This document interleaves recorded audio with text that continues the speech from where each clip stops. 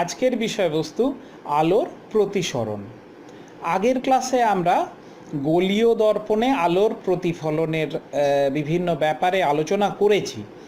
তো প্রতিসরণটা হলো প্রতিফলনের অন্য আরেকটা রূপ, অর্থাৎ আলো দুটো মাধ্যমে কিভাবে তার গতিপথ নির্ধারিত হবে, কিভাবে সে যাত্রা করবে, কি তার পরিবর্তন হবে, সেই জিনিসটা হচ্ছে আমরা প্রতিসরণের মধ্যে দেখতে পাবো। প্রতিসরণ মানে প্রথমেই জানতে হবে, যেহেতু দুটো মাধ্যমের কথা বললাম, মাধ্যম মানে সেটা জল হতে পারে, তরল মাধ্যম যেটা জল মাধ্যম হতে পারে, বায়ু মাধ্যম হতে পারে, কাঁচ মাধ্যম হতে পারে, যার মধ্যে দিয়ে আলোক রশ্মি যেতে পারে সেটাই হচ্ছে মাধ্যম আমাদের কাছে এই মুহূর্তে। তো সেটা শূন্য মাধ্যম হতে পারে, সূর্য থেকে যখন আলো আসছে তখন পুরো রাস্তাটাই প্রায় শূন্য মাধ্যম। 1600 কিলোমিটার যে আমাদের বায়ুমণ্ডল, সেখানে আসলে বায়ুমণ্ডলের মধ্যে দিয়ে যাচ্ছে, তারপরে সেই বায়ুমণ্ডলের মধ্যে দিয়ে সূর্যরশ্মি এসে যখন সমুদ্রপৃষ্ঠে পড়লো তখন সমুদ্রপৃষ্ঠে জলমাধ্যমে ঢুকলো, তো জলমাধ্যমে গিয়ে সমুদ্রের তলা অবধি চলে গেল। এবার আলোক রশ্মি কীভাবে যায় বা কোনো জিনিস কিভাবে দেখা যায় সেটার একটা স্বচ্ছ ধারণা আমাদের কাছে রাখতে হবে। আমরা কিভাবে কোনো জিনিসকে দেখতে পাই, যেমন আমি যদি একটা এই যে কলমটাকে দেখতে পাচ্ছি, কলমটাকে কিভাবে আমরা দেখছি, নজর কিভাবে করছি? আমার চোখ থেকে কি রশ্মি যাচ্ছে কলমে পড়ছে? না, তা নয়। এই কলম পারিপার্শ্বিক আলো থেকে, পারিপার্শ্বিক যে আলোকের উৎস আছে সেখান থেকে এ আলো শোষণ করেছে, আলো শোষণ করে সেই আলোটাকে আমার চোখে পাঠাচ্ছে। এই যে নিজে আলোকিত হয়ে অন্য জিনিসে পাঠানো, এইটা এইভাবেই আমরা দেখতে পাই। অর্থাৎ আমি বলতে চাইছি সেটা হচ্ছে যা কিছু জিনিস অন্ধকারে আমরা দেখতে পাই না। কেন দেখতে পাই না? কারণ সেখানে কোনো আলোর সোর্স নেই। তাই জন্যে যে গাছপালা, সাপ খোপ যা কিছু আছে সেগুলোতে কোনো আলো পড়ছে না যে সেই আলোটা সে আলোকিত হয়ে সেখান থেকে আমার চোখে আলো প্রতিফলিত করবে, হচ্ছে না। তো প্রতিসরণের ক্ষেত্রেও তাই ব্যাপার। তোমরা চৌবাচ্চায় যদি উপর থেকে নজর করো, কিংবা কোনো সুইমিং পুল উপর থেকে যদি নজর করা যায়, তাহলে দেখা যাবে যে তার জলতলটা যেন খানিকটা উপরে চলে এসেছে। এটা একটা প্র্যাকটিক্যাল এক্সাম্পল অফ প্রতিসরণ বা রিফ্র্যাকশন। আমার সামনে একটা জলের গ্লাস আছে, আমি জলের গ্লাসের মধ্যে যদি একটা কলম, এই কলমটাকে যদি আমি ডুবিয়ে দিই, তাহলে কলমটাকে একটু বেঁকা মনে হচ্ছে, বেঁকা মনে হচ্ছে। এই মনে হওয়াটা কি না, মনে হওয়াটা আসলে তো কলমটা বেঁকছে না। এই যে মনে হচ্ছে, এই যে দৃষ্টি বিভ্রম হচ্ছে, সেই দৃষ্টি বিভ্রমের কারণ হচ্ছে প্রতিসরণ বা রিফ্র্যাকশন। তো রিফ্র্যাকশনের আগে প্রথমেই একটা জিনিস জেনে রাখতে হবে যে বিভেদ তল কি। আধার যেটা, সেটা কাঁচের, যদিও সেটা খুবই পাতলা, কিন্তু মূলত বায়ুমাধ্যম এবং জলমাধ্যম। এই যে বায়ুমাধ্যম এবং জলমাধ্যমের মধ্যে যে এই যে তল, এটাই হচ্ছে বিভেদ তল। আর বিভেদ তল আমাদের আলোচনায় বারবার ফিরে আসবে।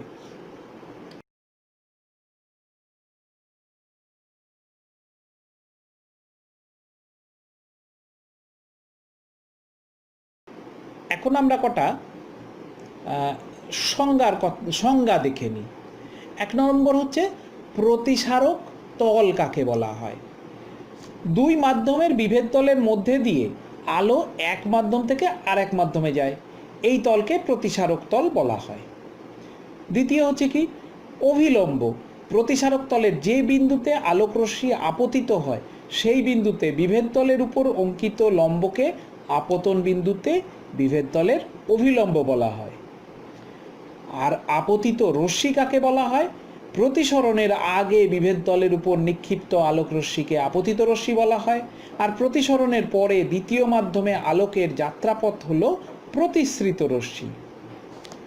আলোক রশ্মি প্রথম মাধ্যমে অভিলম্বের সঙ্গে যে কোণ তৈরি করে তাকে আপতন কোণ বলা হয়, আর প্রতিসৃত রশ্মি দ্বিতীয় মাধ্যমে অভিলম্বের সঙ্গে যে কোণ তৈরি করে তাকে প্রতিসরণ কোণ বলা হয়।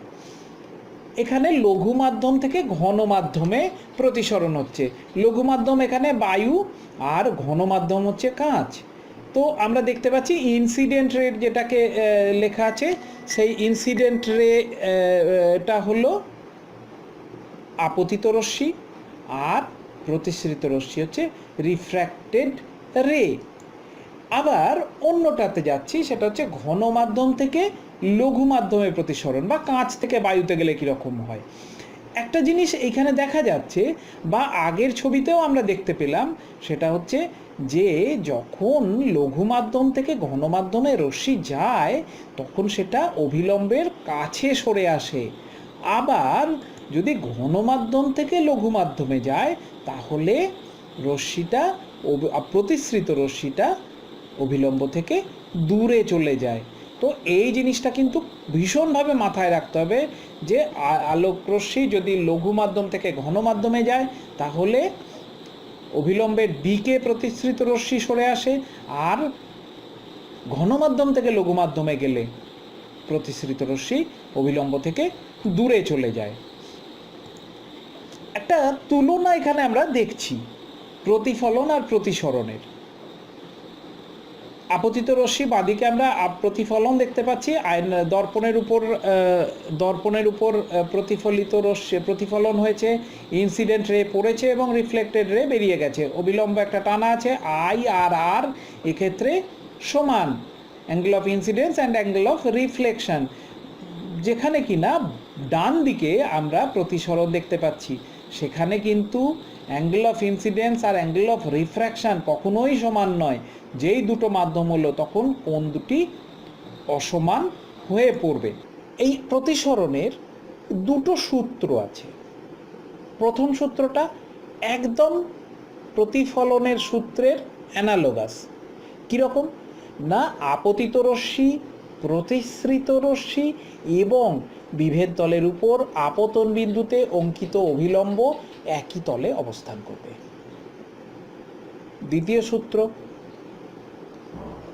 আপতন কোণ এবং প্রতিসরণ কোণের যে সাইন, সেই সাইন দুটোর অনুপাত একটা ধ্রুবক হবে, অর্থাৎ কনস্ট্যান্ট হবে। তো আপতিত রশ্মির সাইন, আপতন কোণের সাইন এবং প্রতিসরণ কোণের যে সাইন, সেই দুটির অনুপাত একটি ধ্রুবক হবে। এই ধ্রুবককে আমরা ফিজিক্সের ভাষায় বলি প্রতিসরাঙ্ক, রিফ্র্যাক্টিভ ইন্ডেক্স। এবার প্রতিসরাঙ্ক কিন্তু ধ্রুবক, কিন্তু কাদের মধ্যে ধ্রুবক? আমরা যখন বায়ুমাধ্যম এবং জল মাধ্যমের প্রতিসরাঙ্কের কথা বলবো তখন সেটা হবে বিশুদ্ধ জলের কথা। বায়ু মাধ্যমের সাপেক্ষে জল মাধ্যমের প্রতিসরাঙ্ক এত, কাঁচ মাধ্যমের সাপেক্ষে জল মাধ্যমের প্রতিসরাঙ্ক এত। এই প্রতিসরাঙ্ককে মিউ এই সিম্বল দিয়ে ডিনোট করা হয়। তো এই প্রতিসরাঙ্কের এই যে সূত্র, এই যে সাইন আই, আই মানে হচ্ছে angle of incidence, by sine r angle of refraction. তো এই যে সাইন আই বাই সাইন আর, এটা হচ্ছে একটা কনস্ট্যান্ট। এই সূত্রটা নাম হলো স্নেলের সূত্র। স্নেলের সূত্র থেকে আমরা জেনেছি যে সাইন আই বাই সাইন আর হচ্ছে ধ্রুবক, কিন্তু এই যে ধ্রুবক এটা কিন্তু লম্বভাবে আপতিত রশ্মির ক্ষেত্রে প্রযোজ্য নয়। কারণ যদি লম্বভাবে আপতিত হয় তাহলে কিন্তু তার কোনো চ্যুতি হয় না, অর্থাৎ সোজাসুজি সে অভিলম্ব বরাবর যদি তাকে ফেলা হয় তাহলে সে তার কোনো চ্যুতি হবে না, সে সোজা বেরিয়ে যাবে, সোজা দ্বিতীয় মাধ্যমে চলে যাবে, এবং তারপর দ্বিতীয় মাধ্যম থেকে যদি তৃতীয় মাধ্যমে পাঠানো হয় সেটাও সোজা চলে যাবে। তো এক্ষেত্রে আই এবং আর দুটোরই মান হচ্ছে 0, অতএব সাইন আইও 0 হবে, সাইন আরও 0 হবে। তাহলে 0/0 কিন্তু কোনো ডিফাইন্ড ভ্যালু নয়, দ্যাট ইজ আনডিফাইন্ড। সেই জন্যে লম্বভাবে আপতিত রশ্মির ক্ষেত্রে mu equals to sine I by sine আর এটা প্রযোজ্য নয়। আমি একটা ছবি দেখাচ্ছি। এই যে ছবিটাতে দেখা যাচ্ছে যে একটা লোক সে মাছ শিকার করতে যাইছে, তার হাতে একটা বল্লম আছে, সে সেই বর্শা দিয়ে মাছটাকে মারতে চাইছে। সে যদি ছোঁড়ে তাহলে কিভাবে হবে? মাছ অ্যাকচুয়ালি যেখানে আছে সেটা কিন্তু সে দেখতে পাচ্ছে না, কারণ প্রতিসরণের পরে রশ্মিটা বেঁকে তার চোখে ঢুকছে, আর সে দেখছে যে জায়গায় মাছটাকে, সেখানে কিন্তু মাছটা নেই। এটাও একই রকম, যে রিয়েলি মাছটা যেখানে আছে সেইখানে কিন্তু মানুষের চোখ পড়তে পারছে না, কারণ চোখ এই ব্যাঁকাভাবে দেখতে পাবে না। এ দেখবে কি আপাতভাবে কোন জায়গায় ইমেজটা ফর্ম হচ্ছে, কোন জায়গায় তার যে অবজেক্ট তার ইমেজটা কোন জায়গায় আছে। অর্থাৎ এ যদি এখন সেই এই যে বর্ষাটাকে যদি সে থ্রো করে, তাহলে কিন্তু মাছের গায়ে একদমই লাগবে না। এখান থেকে আমরা আসব কৌণিক চ্যুতির ব্যাপারে। কৌণিক চ্যুতিটা কি? যে আপতিত রশ্মি পড়ল এবং তার একদিকে যাওয়ার কথা ছিল, সেদিকে না গিয়ে সে বেঁকে গেল। আপতিত রশ্মি বায়ু মাধ্যম থেকে এসেছে ধরা যাক, তারপরে পড়ল কাঁচ মাধ্যমে। কাঁচ মাধ্যমে পড়ার পরে আপতিত রশ্মি প্রতিসরণের পরে অভিলম্বের দিকে সরে গেল। তো এখানে আই হচ্ছে আপতন কোণ এবং আর হচ্ছে প্রতিসরণ কোণ। এবার এই যে ডটেড লাইন, অর্থাৎ আপতিত রশ্মি যদি সোজা যেত, এবং তার সোজা যাওয়ার কথা ছিল, সোজা না গিয়ে যতটা কোণে সে বেঁকে গেল, যে কোণটা তৈরি করলো অরিজিনাল যাত্রাপথের সঙ্গে, সেইটা হলো কৌণিক চ্যুতি। অর্থাৎ কৌণিক চ্যুতি ইকুয়ালস টু আই মাইনাস আর। এবার চলে আসব কাঁচের স্ল্যাবের উপর দিয়ে প্রতিসরণের ব্যাপার। কাঁচের স্ল্যাব আমরা বাংলায় বলি সমকোণী চৌপল, অর্থাৎ একটা কিউবয়েড।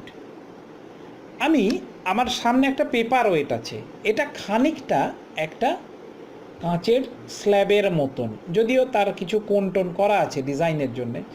তো তোমরা যেটা দেখতে পাচ্ছ, এর এই ফেসটাকে দেখতে পাচ্ছ, এটা বেসিক্যালি একটা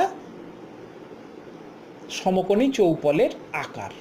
তো এখানে যদি আমি কোনো রশ্মি, আলোক রশ্মি যদি এখানে পড়ে, এখানে পড়লো বায়ু মাধ্যম থেকে কাঁচ মাধ্যমে পড়লো, এর মধ্যে এই যে জায়গাটা, এইখানে তার একটা প্রতিসরণ হলো। অর্থাৎ এখান থেকে যদি রশ্মি যদি সোজাসুজি পড়ে, তাহলে এ কী করবে? অভিলম্বের দিকে সরে আসবে। এরপরে যখন আবার ঘন মাধ্যম থেকে লঘু মাধ্যমে আবার যাবে, নিচে তো হাওয়া, তো যখন যাবে তখন সেখান থেকে অভিলম্ব থেকে দূরে সরে যাবে। এর ফলে একটা ল্যাটারাল ডিসপ্লেসমেন্ট হবে। আলোক রশ্মি, আমি ধরা যাক এই যে পেনটা, এটা যদি আলোক রশ্মি হয়, এই বরাবর আলোক রশ্মি দিয়ে যদি ঢোকে, তাহলে এই আলোক রশ্মি সোজা বেরিয়ে যাওয়ার কথা ছিল এদিক দিয়ে, হলো কি মধ্যেখানে ট্যারা ব্যাকা হয়ে গেল, দিয়ে অরিজিনাল যাত্রাপথ থেকে কতটা সরে গেল সেইটা একবার ফিগারে দেখে নেব।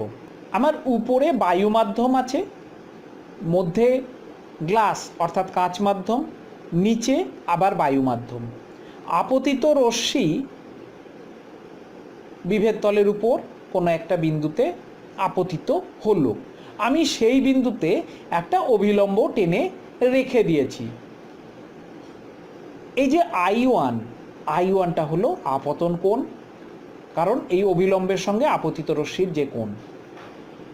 এরপরে দেখতে পাচ্ছি যে এই যে প্রতিসরণের পরে এই রশ্মিটা অভিলম্বের দিকে বেঁকে গেছে, বেঁকে বেরিয়ে গেল আবার বিভেদ তলের দিকে। বিভেদ তলে গিয়ে টাচ করার পরে সে কি করলো না, এই যে অভিলম্বের সঙ্গে সে একটা কোণও তৈরি করলো, যেটাকে আমরা বলছি R1। আবার বায়ু মাধ্যমে ফিরে গেল। অন্য মাধ্যম আমি এখানে দেখতে পাচ্ছি যে এক্ষেত্রে আপতিত রশ্মি এই যে গ্লাস মাধ্যম থেকে যখন এয়ার মাধ্যমে যাচ্ছে, কাঁচ মাধ্যম থেকে বায়ু মাধ্যমে যখন যাচ্ছে, তখন ঘন মাধ্যম থেকে লঘু মাধ্যমে যাচ্ছে, অর্থাৎ প্রতিসৃত রশ্মি অভিলম্ব থেকে দূরে সরে যাবে। R2 এখানে দেখা যাচ্ছে অবিলম্বের সঙ্গে কোণ, আর I2 হচ্ছে প্রতিসরণ কোণ। দুবার আমি প্রতিসরণ করালাম দুটো বিভেদ তলের মধ্যে দিয়ে, তার ফলে রশ্মিটা দেখতে পাচ্ছ যে ফাইনালি যে রশ্মিটা বেরোচ্ছে, প্রতিসৃত রশ্মি যেটা যাচ্ছে, সেটা কিন্তু তার অরিজিনাল যাত্রাপথ থেকে অনেকটা ডিসপ্লেসড হয়ে গেছে। এইটাকেই বলা হচ্ছে ল্যাটারাল ডিসপ্লেসমেন্ট।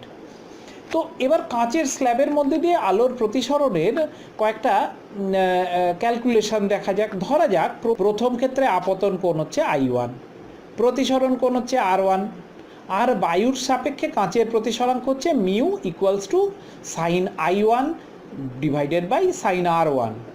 দ্বিতীয় ক্ষেত্রে আপতন কোণ হচ্ছে R2, প্রতিসরণ কোণ হচ্ছে I2।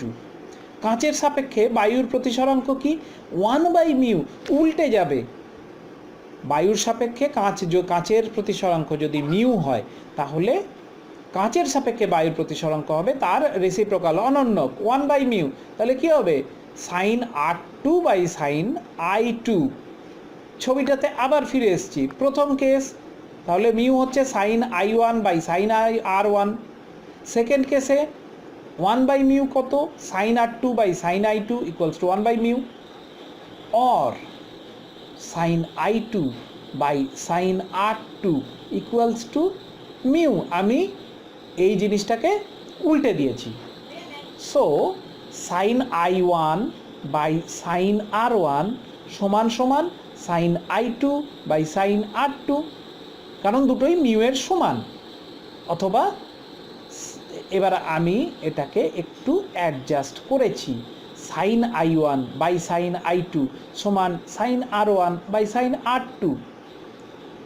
এখন দেখো যে R1 দুটো অবিলম্ব তো প্যারালাল, সমান্তরাল, আর তার মধ্যে এই যে কাঁচ মাধ্যমের যে প্রতিসৃত রশ্মি, সেটা এদের ছেদক হিসেবে কাজ করছে। তো R1 আর R2 তো একান্তর কোণ, আর এই একান্তর কোণগুলি সমান হবে। তাহলে কি হলো? Sign R1 by sine R2 সমান 1, কারণ R1 সমান R2।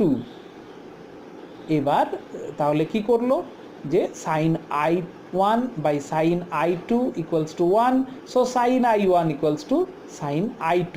তাহলে কি হলো? দুটো অ্যাঙ্গেলের সাইন যদি সমান হয়, তাহলে অ্যাঙ্গেল দুটো সমান, অতএব I1 ইকুয়ালস টু I2।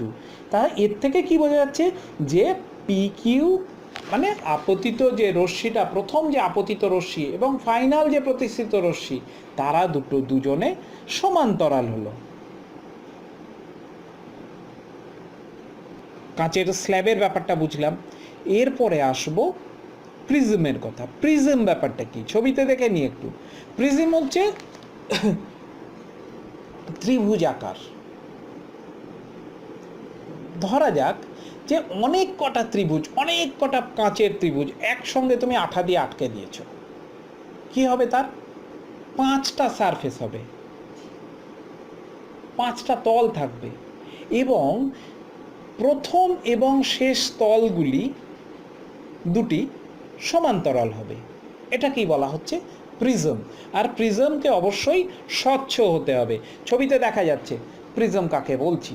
তো এই প্রিজমের মধ্যে আমরা আলো যদি ফেলি, তখন একটা টিপিক্যাল ঘটনা ঘটে। সেটা হচ্ছে যে এখানেও দেখতে পাচ্ছি আমরা 3টে আলোক রশ্মি গুচ্ছ ফেলেছি, ফেলার পরে এটা বেঁকে গেছে। প্রিজমের মধ্যে আলো ফেললে প্রিজমকে আমরা ত্রিভুজ হিসেবে কল্পনা করতে পারি। তো ত্রিভুজের সাইড থেকে যদি আলো দিই, সেই আলোটা প্রতিসরণের পরে ভূমির দিকে বেঁকে যাবে। এই জিনিসটা মাথায় রাখতে হবে, মুখস্থ করে রাখতে হবে যে প্রিজমের মধ্যে আলো পড়লে সেটা ভূমির দিকে বেঁকে যাবে। তো একটা উদাহরণ দেখা যাক আমরা একের পর এক কীভাবে তার প্রতিসরণ হয় প্রিজমের মধ্যে, সেটা আমরা একটু একটু করে দেখে নিই। প্রথমত এই প্রিজমের মধ্যে আমরা একটা ট্রায়াঙ্গেল দেখতে পাচ্ছি। এই ট্রায়াঙ্গেলটা হচ্ছে একটা প্রিজম। প্রিজমের মধ্যে আপতিত রশ্মি পড়ল। এই রশ্মি যাওয়ার কথা ছিল সোজা এই ডটেড লাইন বরাবর, কিন্তু সে প্রতিসৃত হয়ে বেঁকে গেল ভূমির দিকে। আমার আপতিত রশ্মি কিন্তু বেঁকা ছিল, অতএব সেটা আরেকটু বেঁকে গেল। বেরিয়ে গেল কোন দিকে, আরও বেঁকে, প্রতিসরণের পরে একদম ভূমির দিকে বেঁকে বেরিয়ে গেল। তো এই যে কোণ যেটা তার যে রাস্তায় তার যাওয়ার কথা ছিল, যে ডটেড লাইন দিয়ে, আর যে রাস্তায় সে গেছে, সেই দুটো ডটেড লাইনের মধ্যে যে কোণ, সেটা হচ্ছে চ্যুতি কোণ, অ্যাঙ্গেল অফ ডেভিয়েশন। আবার বলছি যে রাস্তায় প্রিজমের মধ্যে ঢোকার আগে যে রাস্তায় আলোকরশ্মির যাওয়ার কথা ছিল, সেই যে ডটেড লাইন, এবং প্রিজমের থেকে বেরোনোর পরে সে যে কোণ করে বেরোলো, সেই দুটো লাইনের মধ্যে, আপতিত রশ্মি এবং ফাইনালি প্রতিসৃত রশ্মির মধ্যে যে কোণ, সেটাই হচ্ছে চ্যুতি কোণ। এবার আসবো লেন্সের কথায়। প্রিজমের পরে আসবে লেন্স। লেন্সটা কি? লেন্স হলো, যেমন আমরা গোলীয় দর্পণের কথায় বলেছিলাম, লেন্সের ক্ষেত্রেও সেই রকম খানিকটা ব্যাপার আছে, যে গোলীয়, যদি কাঁচের গোলক দুটো, তাদের কিছু কিছু অংশ কেটে জোড়া লাগিয়ে দিই, তাহলে সেটা লেন্স হবে। আমি যে চশমাটা পরে আছি, কিংবা আমার সামনে আরেকটা চশমা আছে, এই যে চশমার যে কাঁচ, এটাকে বলছি লেন্স। আমি দেখতে পাচ্ছি এখানটা একটা উত্তল লেন্স, কিন্তু যেটা ফোলা সেটা উত্তল লেন্স। আর কিছু কিছু লেন্স আছে, যেমন এই লেন্সটার উল্টো দিকটা, এটা ডিপ্রেশন আছে, এটা হচ্ছে অবতল সারফেস। অর্থাৎ এই লেন্সটাকে আমরা বলি উত্তল অবতল লেন্স। উত্তল অবতল লেন্স এর যদি দুটো সাইডই এরকম ফোলা থাকতো, অর্থাৎ দুটো সাইডই উত্তল থাকতো, তখন সেটাকে বলবো উভোত্তল লেন্স। যদি দুটো সাইডই অবতল থাকে, তখন সেটাকে বলবো উভ অবতল বা উভাবতল লেন্স, আদারওয়াইজ উত্তল আবতল লেন্স। তো এই লেন্সের ব্যাপারে কয়েকটা ডেফিনিশন আমাদের কিন্তু প্রথমেই জেনে রাখতে হবে। প্রথমে হচ্ছে আলোক কেন্দ্র কাকে বলে। আলোক কেন্দ্র হলো লেন্সের প্রধান অক্ষের উপরিস্থিত এমন একটা বিন্দু, যে বিন্দুর মধ্যে দিয়ে গেলে আলোকরশ্মির কোনো চ্যুতি হয় না, আলোকরশ্মি বেঁকবে না, যে বিন্দুর মধ্যে দিয়ে গেলে আলোকরশ্মি এতটুকু বেঁকবে না, সেটা হচ্ছে তার আলোক কেন্দ্র। আলোক কেন্দ্র মোটামুটি লেন্সের সেন্টার হিসেবে ধরা হয়। আমরা প্রধান অক্ষের উপরেই দেখব এর পরের যে বর্ণনাগুলোতে আসবো, বিবরণে, সেখানে আমরা আলোক কেন্দ্রের কথা বারবার আসবে। তো আমরা এরপর আসবো যে উত্তল লেন্সের একটা ধর্ম আছে, বেসিক ধর্ম। সেটা হলো উত্তল লেন্স সবসময় অভিসারী রশ্মি প্রোডাকশন করে। এর আগে আমরা গোলীয় দর্পণের ক্ষেত্রেও অভিসারী এবং অপসারী রশ্মিগুচ্ছর কথা বলেছি, যে যদি কোনো আলোক রশ্মি এইরকম একটা জায়গায় এসে মেলার চেষ্টা করে, সেটা হচ্ছে অভিসারী, আর যদি ছিটকে যেতে চায় সেটা হচ্ছে অপসারী। তো উত্তল লেন্সের ধর্মটা হলো এর উপরে যদি আমরা রশ্মিগুচ্ছ ফেলি, প্রধান অক্ষের প্যারালাল যদি আমরা রশ্মিগুচ্ছ ফেলি, তাহলে এটা অভিসারী করে দেবে। আর যদি অবতল লেন্সের উপর প্যারালাল রেজ অনেক কটা ফেলি, তাহলে সেগুলো অপসারী হয়ে যাবে। এই অভিসারী ধর্ম, উত্তল লেন্সের ক্ষেত্রে যে অভিসারী ধর্ম, সেটাকে আমরা প্রিজম দিয়ে ব্যাখ্যা করতে পারি। প্রিজমে আমি কি বলেছি, যে প্রিজমের যদি সাইডে, প্রিজম হচ্ছে একটা ট্রায়াঙ্গেল, এই ট্রায়াঙ্গেলের সাইড দিয়ে যদি আমি আলো ফেলি, প্রতিসরণের পরে সেটা ভূমির দিকে বেঁকে যাবে। উত্তল লেন্সকে, এই যে উত্তল লেন্স, এই উত্তল লেন্সকে আমি দুটো প্রিজমের সমাহার হিসেবে কল্পনা করতে পারি। যে উপরে একটা প্রিজম আর নিচে একটা প্রিজম। দেখে নেব একটু। এখন আমি শুধু উপরে এই একটা উত্তল লেন্স, এই একটা উত্তল লেন্স, এই উত্তল লেন্সের উপরের যে অংশ সেটাকে আমি একটা প্রিজম হিসেবে কল্পনা করলাম। তো এই প্রিজমের উপরে আমি একটা আলোকরশ্মি যদি ফেলি তাহলে এটা কি হবে, যে ভূমির দিকে বেঁকে যাবে, বেঁকে গেল। নিচের অংশ সেটাকেও আমরা অনুরূপভাবে আর একটা প্রিজম কল্পনা করতে পারি। সেখানে যদি একটা আলোকরশ্মি পড়ে, সেই আলোকরশ্মিও প্রতিসরণের পরে বেঁকে বেরিয়ে যাবে। এইভাবে এই উত্তল লেন্স কিন্তু অভিসারী ধর্ম প্রদর্শন করে। এবার অবতল লেন্সের কথায় আসি। অবতল লেন্সে দেখতে পাচ্ছি যে একই রকম উল্টানো প্রিজম। রশ্মিগুচ্ছ যদি পড়ে তাহলে পড়ার পরে কি হবে, সেটা তাদের ভূমির দিকে বেঁকে যাবে। তাদের ভূমি কোন দিকে? তাদের ভূমি উপরের দিকে, অর্থাৎ এই রকমভাবে বেঁকে বেরিয়ে যাবে। এই কারণে উত্তল লেন্সকে অভিসারী লেন্স বলা হয় এবং অবতল লেন্সকে অপসারী লেন্স বলা হয়। আমরা গোলীয় দর্পণের ক্ষেত্রে বিভিন্ন ডেফিনিশনের কথা বলেছিলাম, মুখ্য ফোকাস, গৌণ ফোকাস, এগুলো সমস্ত কিছু এখানে অ্যাপ্লিকেবল। আমরা প্রথমেই ফোকাসের কথায় আসি। লেন্সের ফোকাস কি না, একটা যেমন উত্তল লেন্সের ক্ষেত্রে তার ফোকাস, দুটো ফোকাস থাকবে, প্রথম মুখ্য ফোকাস, দ্বিতীয় মুখ্য ফোকাস। টর্চে আমরা অনেক ক্ষেত্রে দেখি কি টর্চের আলো এরকম অপসারী হয়ে যায়, চারিদিকে ছিটিয়ে যায়।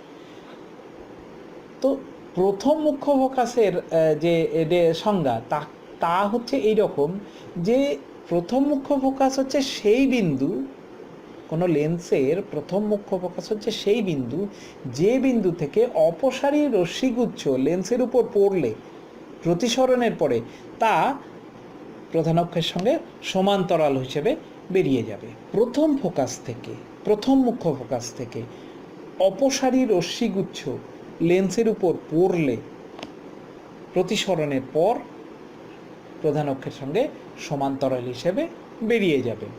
দ্বিতীয় মুখ্য ফোকাস কি?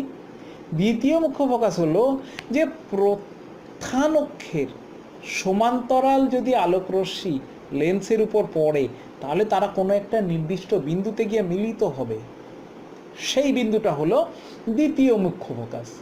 প্রধান অক্ষের সঙ্গে সমান্তরাল রশ্মিগুচ্ছ যদি লেন্সের উপর পড়ে তাহলে তারা একটা বিন্দুতে গিয়ে মিলিত হয়, সেই যে মিলিত হওয়ার জায়গা সেটা হলো দ্বিতীয় মুখ্য ফোকাস। আমরা কিন্তু ফোকাস মানে দ্বিতীয় মুখ্য ফোকাসকেই বলি। সিমিলারলি অবতল লেন্সের ক্ষেত্রে প্রধান অক্ষের উপর যে বিন্দু অভিমুখী অভিসারী রশ্মিগুচ্ছ পড়ার পরে প্রতিসরণের পর প্রধান অক্ষের সমান্তরালভাবে বেরিয়ে যায় সেটা হলো প্রথম মুখ্য ফোকাস। এবং দ্বিতীয় মুখ্য ফোকাস হচ্ছে উল্টোটা। দ্বিতীয় মুখ্য ফোকাস হলো সমান্তরাল রশ্মিগুচ্ছ অবতল লেন্সে পড়ার পরে তারা তো অপসারী হয়ে যাবে।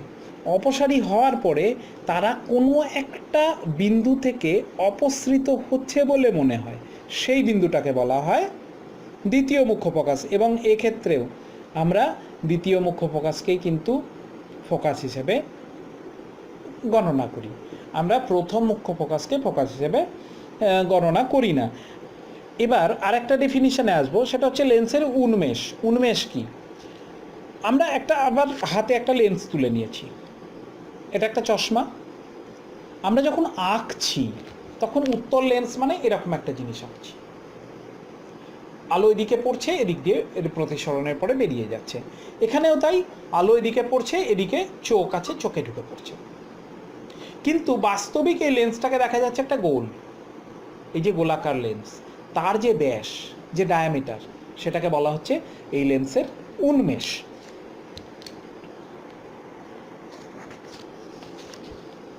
ফোকাস দূরত্ব।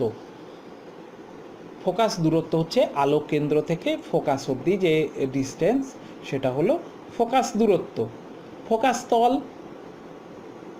ফোকাস তল হলো যে তলের উপর মানে প্রধান অক্ষের সঙ্গে লম্বভাবে যে তলটা তৈরি করা হয় ফোকাসের উপরে, সেটা হচ্ছে ফোকাস তল। এটা একদম সেম গোলীয় দর্পণের ক্ষেত্রে যেরকম আমরা ডেফিনেশন করেছি তার সঙ্গে কিছু মাত্র আলাদা নয়, যে ফোকাস যে তলের উপরে আছে আর অবশ্যই সেটা প্রধান অক্ষের সঙ্গে লম্বভাবে থাকতে হবে। এবার শেষ ডেফিনিশন, গৌণ ফোকাস।